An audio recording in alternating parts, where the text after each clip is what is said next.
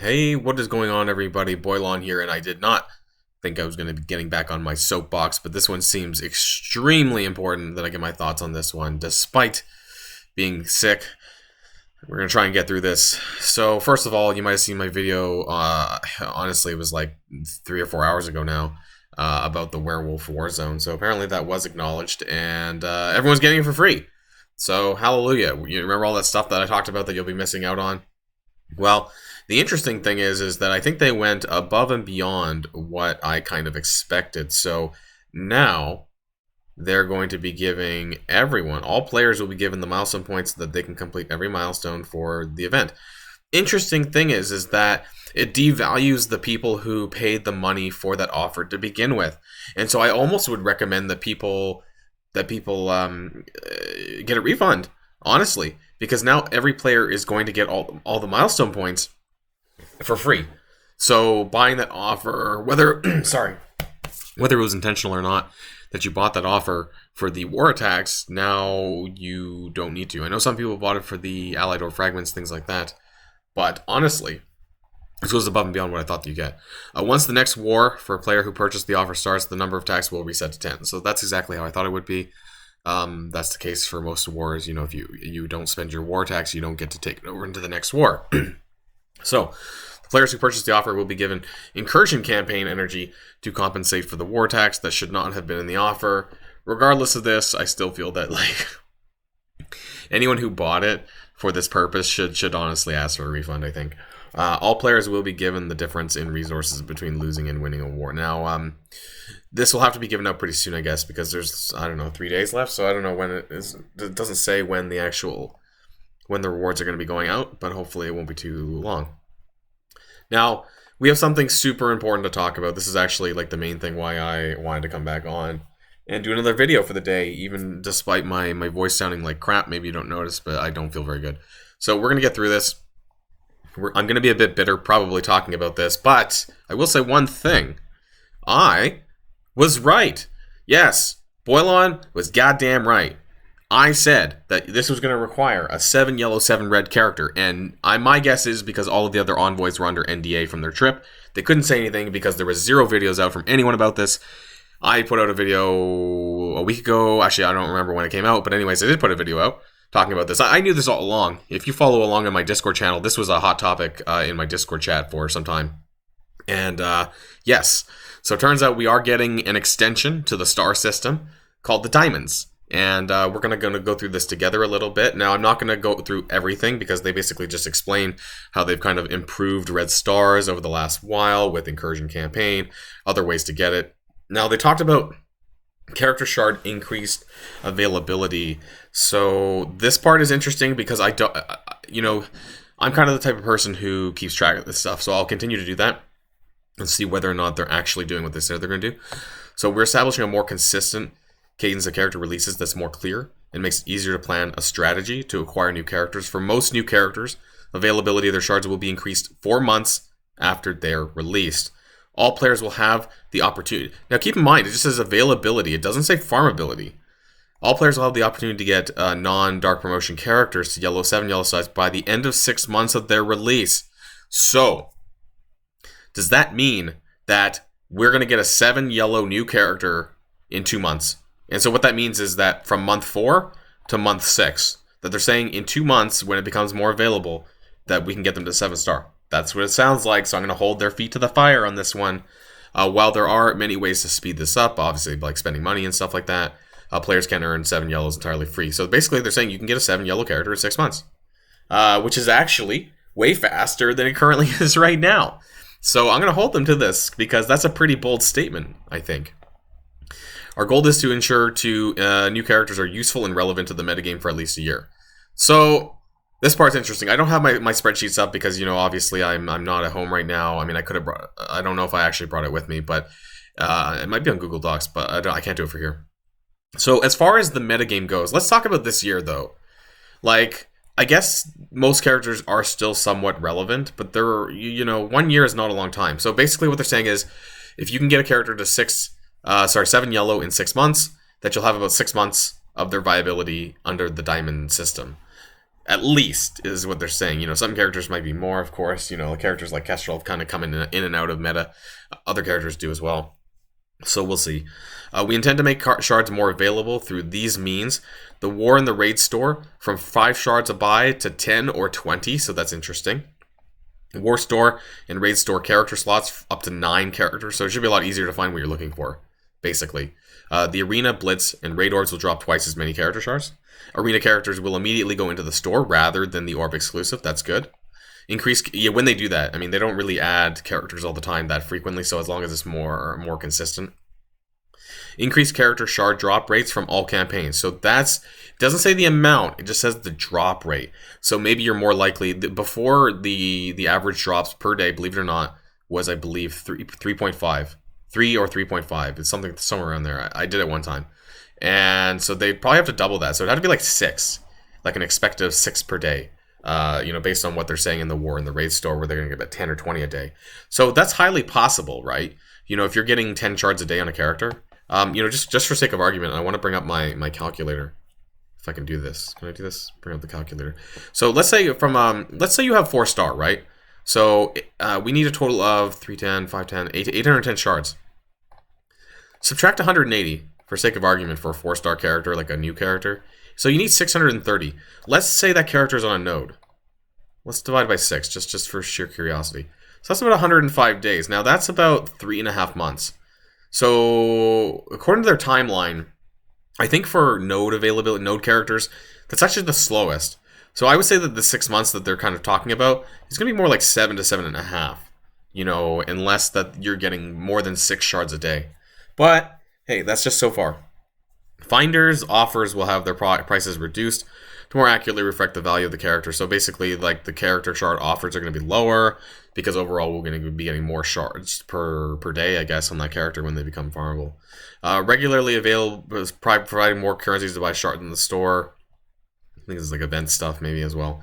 So the one thing that I'm concerned about here, though, is the availability part. They don't say farmability, it just says availability. And I think they make reference to this down below here a little bit further. As a recent example of increased availability, here's what they've done in September and October. Kang to the Premium Orb.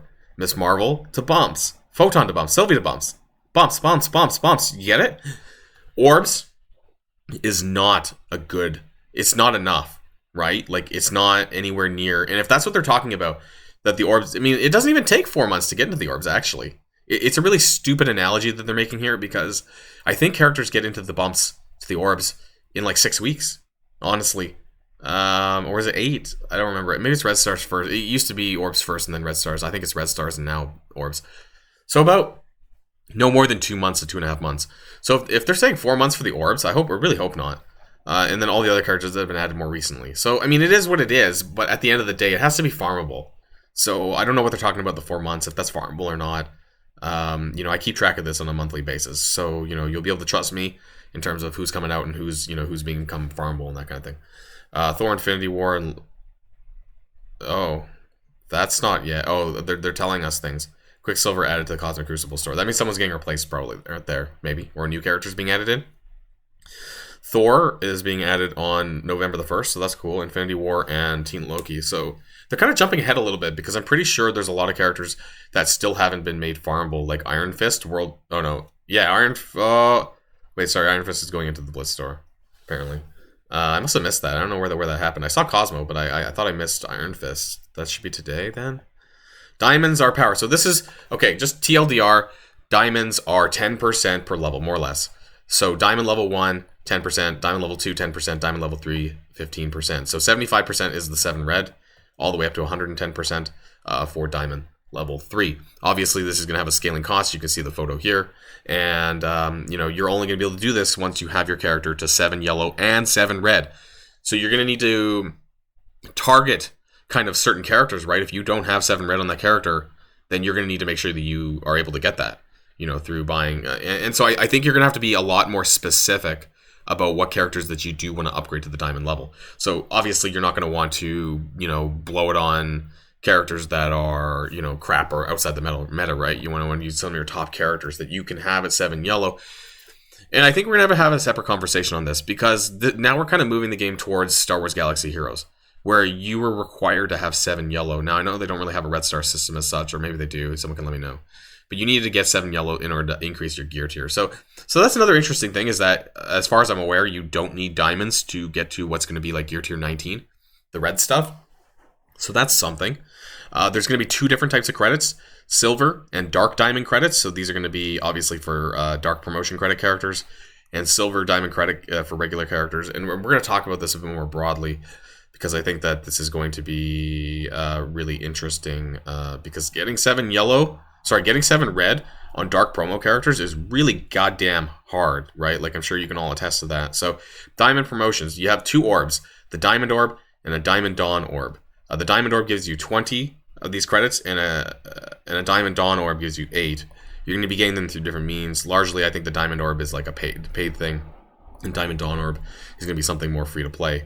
There's going to be a web for spending, in-app purchases, and diamond dawn orb fragments. You're going to get through the new tower mode called Sword Satellite, random free claims, Cosmic Crucible. That might be in the next season, possibly.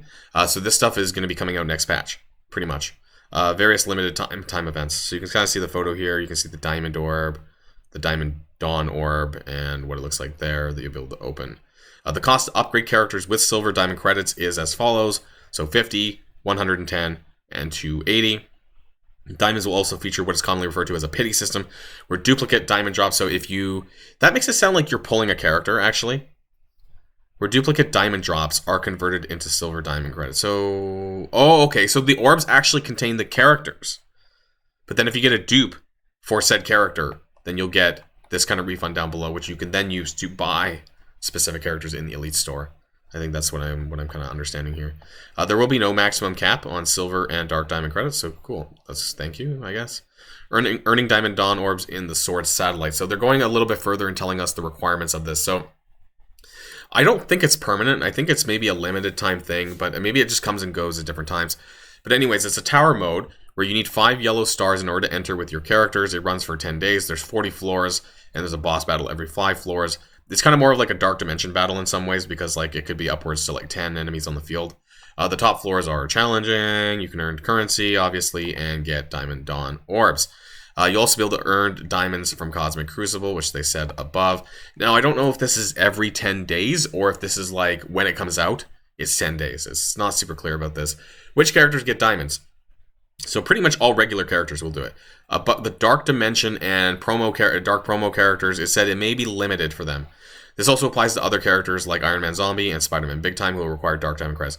So my biggest issue is good fucking luck, right? For the majority of these characters, which very few of them you have as 7 red. So they didn't even mention Apocalypse in here, actually. I don't see Apocalypse mentioned at all. But you essentially have to drop what you're doing with Dark Promo credits and focus on a certain character. And I'll be doing that with Apocalypse. I'll be taking, I don't care. I'm taking Apocalypse to 7 red, and then after that, it'll be Super Scroll probably. And then that's it. Right? Like, you really need to kind of focus what you're doing with your Dark Promotion characters, because you're not going to be able to get diamonds on them until you max them out, which is really expensive and takes a long time to do. So I don't know if they're going to ratchet up the number amount of Dark Promos. They're kind of doing that with the passes a little bit. Exchanging Elite Red Star Orbs for promo credits. Now, this is where it gets interesting. If you have 2,500 Elite 7s, you can trade this for 5 Silver Diamond credits. And keep in mind, to upgrade a character, you need 50. So you have to convert 10 Elite 7 orbs for a single diamond upgrade for 1 character. Sounds kind of crazy to me. I don't know. Maybe that's just my thoughts. Wrapping it up, progressing through the diamonds feature is intended. Obviously, this is just like Red Stars, right? Like, it's intended to be a long-term goal. Yeah, you don't need to tell me that. And then it's going to be just added. So it's going to be a Whale Fest, Whale Kraken Fest, Cthulhu Fest at the beginning. Of course, it will be. My biggest concern is actually less about the diamonds as such, because I knew this, right? If you follow my channel, you knew this was coming, because I warned about this a long time ago. I mentioned this in a handful of videos, actually. My biggest issue and concern is the character shard increased availability. So is this going to be happening? But I'm not talking about goddamn orbs. I want this to be in actual farmability. I'm talking about raid stores. I'm talking about stores, nodes, that kind of thing. Is that going to be at 4 months from character release? And where does that start at? Because I don't think that's currently the case now.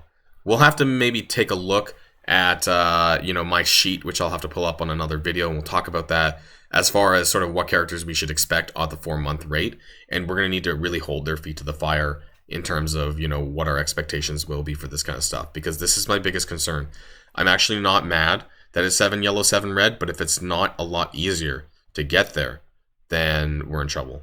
And this game might not be worth playing, but we'll see. This is obviously a big thing, but we'll wait and see how it plays out. And like I said, my biggest concern is this.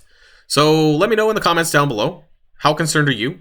Does this matter? Does this change the way you think about the game or the way you're going to play the game? Let me know all that in the comments down below. I'm going to go rest my voice. And until next time, stay safe and healthy, which I'll try to do. And I'll see you all later. Boilon, signing out.